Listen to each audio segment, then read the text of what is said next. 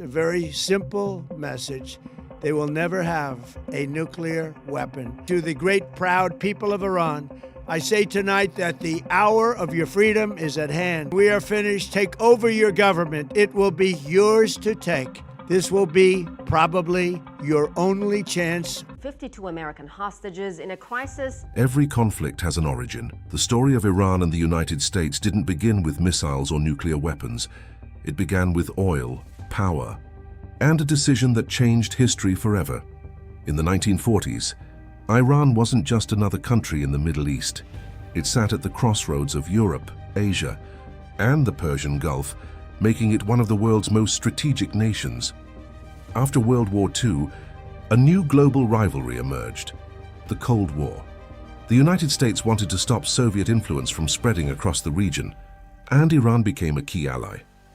Washington supported Iran's young ruler, Shah Mohammad Reza Pahlavi, believing he could keep the country stable and aligned with the West. But inside Iran, a different story was unfolding. Many Iranians believed that although their country was rich in oil, much of its wealth benefited foreign powers rather than its own people. In 1951, Prime Minister Mohammad Mossadegh made a bold decision. He nationalized Iran's oil industry, declaring that Iran should control its own natural resources. The move was celebrated by many Iranians, but deeply alarmed Britain and the United States.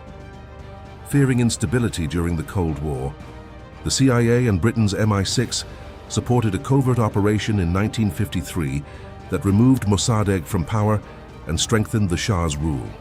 For Washington, it secured a strategic ally. For many Iranians, it became a symbol of foreign interference. The temptation of trying to support the idea of American involvement in Iran is a path to disaster. Throughout the 1960s and 70s, the Shah modernized Iran with American support. Cities expanded, industries grew, and the economy transformed. But political repression, economic inequality, and growing dissatisfaction fueled public anger. One man emerged as the face of that opposition, Ayatollah Ruhollah Khomeini. His message spread across the country, calling for resistance against the Shah and foreign influence. By 1978, millions of Iranians were protesting in the streets. The alliance between Tehran and Washington was beginning to collapse. Within months, the Iranian Revolution would change the Middle East forever and turn two former allies into bitter rivals. In 1979, Iran didn't just change its government, it changed the balance of power in the Middle East. And within months, one event would transform a political dispute into one of the most hostile relationships in modern history.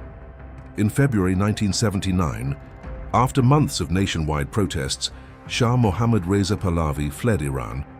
Returning from exile, Ayatollah Ruhollah Khomeini was welcomed by millions. The monarchy came to an end, and the Islamic Republic of Iran was born. For many Iranians, it was a revolution against dictatorship and foreign influence. For the United States, it meant losing one of its closest allies in the Middle East. But tensions were about to rise even further. In November 1979, after the United States allowed the exiled Shah to enter America for medical treatment, a group of Iranian students stormed the US Embassy in Tehran. They took 52 American diplomats and citizens hostage.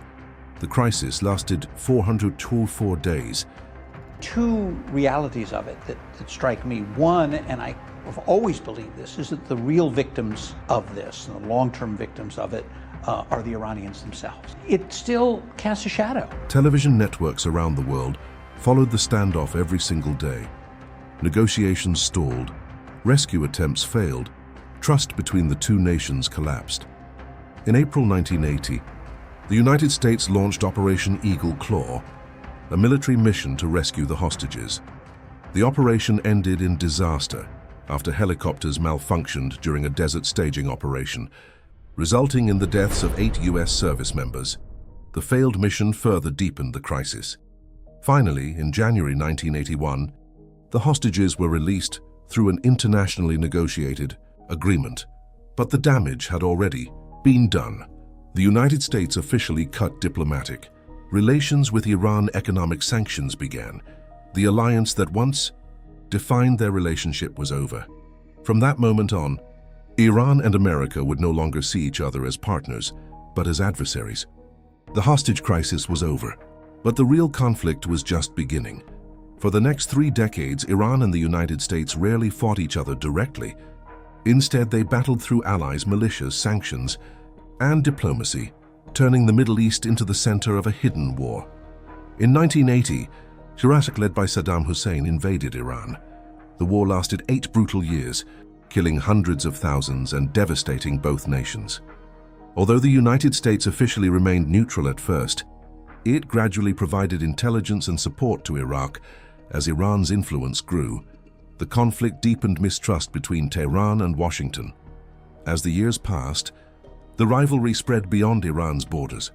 Iran expanded its influence by supporting allied groups across the Middle East, including Hezbollah in Lebanon, and later backing forces in Iraq, Syria, and Yemen. The United States, meanwhile, strengthened its military presence in the Persian Gulf and built partnerships with regional allies to counter Iran's growing reach. The battlefield had changed. This was no longer a conventional war. It had become a shadow war, fought through proxies, intelligence operations, and regional conflicts.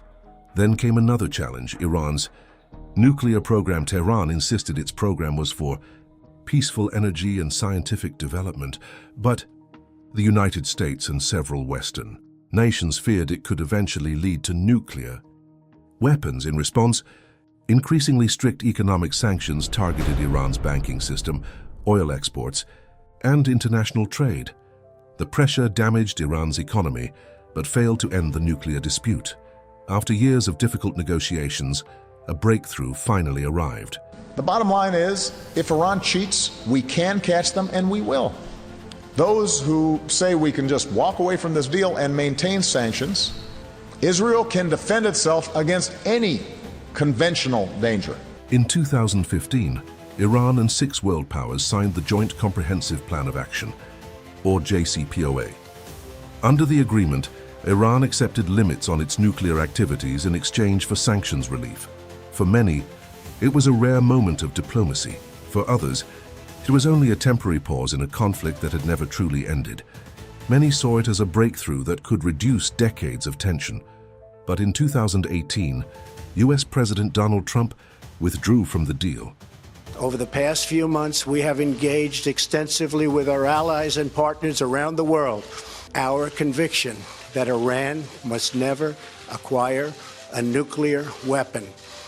After these consultations, it is clear to me that we cannot prevent an Iranian nuclear bomb.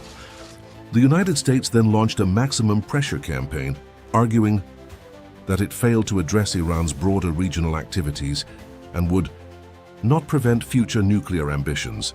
The United States then launched a maximum pressure campaign, reimposing tough economic sanctions aimed at isolating Iran and reducing its oil exports. Iran responded by gradually stepping away from some of its commitments. Under the nuclear agreement, tensions escalated across the Middle East. Then, on January 3, 2020, everything changed. Last night, at my direction, the United States military successfully executed a flawless precision strike that killed the #1 terrorist anywhere in the world, Qasem Soleimani. Soleimani was plotting imminent and sinister attacks on American diplomats and military personnel. A U.S. drone strike near Baghdad International Airport killed General Qasem Soleimani, one of Iran's most influential military commanders. Washington said the strike was intended to prevent future attacks against U.S. personnel. Iran called it an act of aggression and vowed revenge. Days later, Iran launched ballistic missiles at Iraqi bases housing American troops. Although no Americans were killed in the attack, dozens were later diagnosed with traumatic brain injuries. For several tense days, the world feared that a full-scale war between Iran and the United States was imminent. It never came, but trust collapsed even further. The possibility of direct conflict had never felt so real. Today, the rivalry continues through sanctions, diplomacy, regional conflicts, and nuclear negotiations. The question is no longer how this conflict began, but where it will end. More than 4 decades have passed since the Iranian Revolution, Yet the conflict between Iran and the United States is far from over. Today, the battlefield extends beyond borders, shaped by diplomacy, sanctions, regional wars, and the struggle for global influence. When Joe Biden entered the White House in 2021, hopes rose that the nuclear agreement could be revived. Negotiations resumed, but deep mistrust on both sides prevented a lasting breakthrough. Meanwhile, tensions across the Middle East continued to grow. Iran expanded its ties with regional allies, while the United States strengthened its partnerships with countries including Israel and several Gulf states. As clashes involving Iran-backed groups intensified in places like Iraq, Syria, Lebanon, and Yemen, the risk of a wider regional conflict remained high. At the center of the dispute was Iran's nuclear program. Tehran insisted its nuclear activities were for peaceful purposes. The United States and many of its allies remained concerned that the program could move closer to developing a nuclear weapon.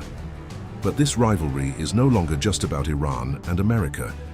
It is also connected to global power. As US sanctions continued, Iran deepened its economic and strategic ties with China and expanded military cooperation with Russia. Oil, trade routes, and great power competition have turned the Middle East into one of the world's most important geopolitical arenas. Today, the conflict is fought through diplomacy, economic pressure, cyber operations, and regional alliances, not just military force. The question is no longer who is stronger. The real question is, can Iran and the United States ever rebuild trust? Between what we saw last June with a 12-day war and what we are seeing now. I think what the campaign, as far as it has gone so far, has shown a difference in the sense that the targets, the objectives, seem this time around to have been different, wider, looking for other types of things which are evident for everybody, and much less axed on the nuclear sides. It is true that we have been able to see some hits, a couple on Natanz and one in Isfahan, on certain ancillary areas of the two compounds. Or has history pushed them into a rivalry with no clear end? For over 40 years, this conflict has shaped governments, economies, and millions of lives across the Middle East. Whether the future brings diplomacy or another crisis, one thing is certain. The story of Iran and America is still being written.